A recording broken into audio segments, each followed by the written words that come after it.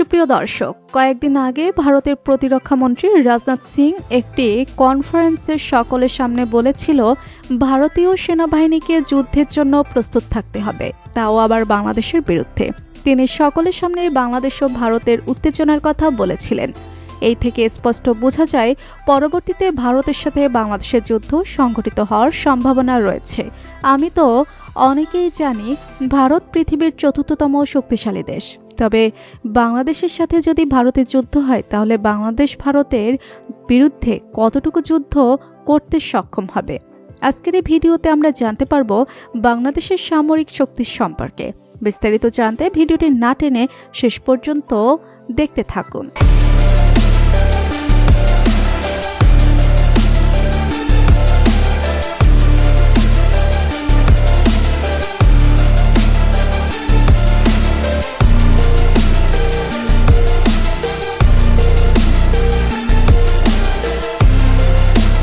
2024 সালের তথ্য অনুযায়ী বাংলাদেশ হচ্ছে বিশ্বের 37তম শক্তিশালী দেশ।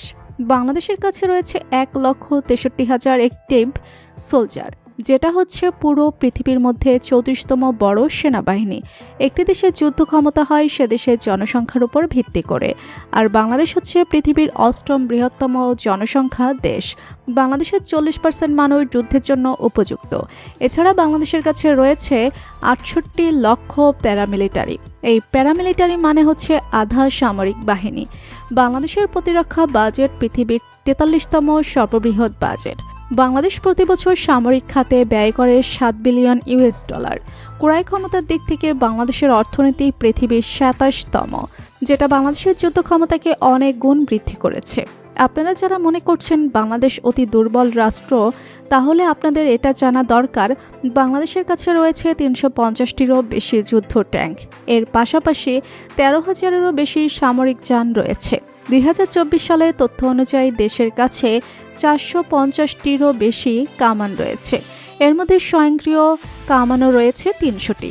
বাংলাদেশের কাছে রকেট প্রজেক্টর রয়েছে 78টি। এর সাথে রয়েছে 27টি সেলফ প্রোপেল আর্টিলারি। বাংলাদেশ সামরিক বাহিনীর কাছে মোবাইল প্রজেক্টর রয়েছে সর্বমোট 71টি। এর মধ্যে রয়েছে 28টি নর্মাল আর্টিলারি। টাউড আর্টিলারি রয়েছে 53টি। রকেট আর্টিলারি রয়েছে 70টি। বাংলাদেশের মতো সামরিক শক্তি আছে নেদারল্যান্ড, পর্তুগাল এবং মায়ানমারের মতো দেশগুলোর।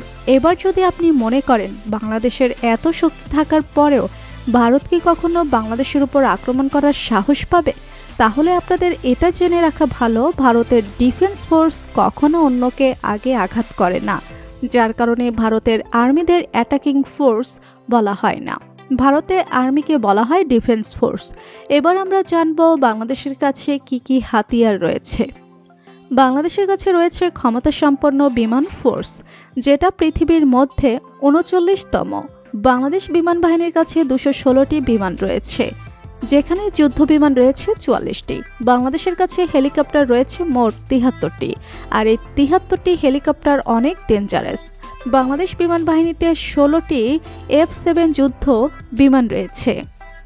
এছাড়া 9টি কে প্রশিক্ষণপ্রাপ্ত যুদ্ধ বিমান রয়েছে। শুধু এতটুকুই নয়, 15টি রয়েছে L-7 বিমান এবং 23টি PT-6 বিমান রয়েছে। এর সাথে রয়েছে M171 যুদ্ধ বিমান, 2টি DTT যুদ্ধ বিমান। 2011 সালে বাংলাদেশ বিমান বাহিনী বেশ কয়েকটি ডেঞ্জারাস বিমান ক্রয় করেছে, যেগুলোর মধ্যে সবগুলোই হচ্ছে ভয়ঙ্কর এয়ারক্রাফট, যার সাহায্যে আকাশ থেকে ভূমিতে এবং ঘুম থেকে আকাশে যে কোনো লক্ষ্যবস্তুকে নির্ভুলভাবে আঘাত আনতে পারে। সম্প্রতি বাংলাদেশ বিমান বাহিনী চীন থেকে 2টি রেজিমেন্ট বিমান ক্রয় করেছে। কিছুদিন আগে বাংলাদেশ বিমান বাহিনীতে যুক্ত হয়েছে JS11V।